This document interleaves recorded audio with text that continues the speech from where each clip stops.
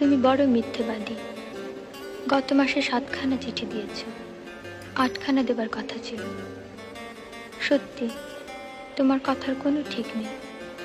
এসে অবধি দিন গুনছি, আর শেষে যদি না আসো চলুন চলুন। আর সেই পাশের বাড়ির মেয়েটির কথা ভেবে হিংসে হয়। কেন জানো? সে যে তোমায় সকাল সন্ধে দেখে, আমি তো দেখি না। এ ভারী অন্যায়। জানলাটা বন্ধ করে রেখো। আর বেশি কি লিখবো?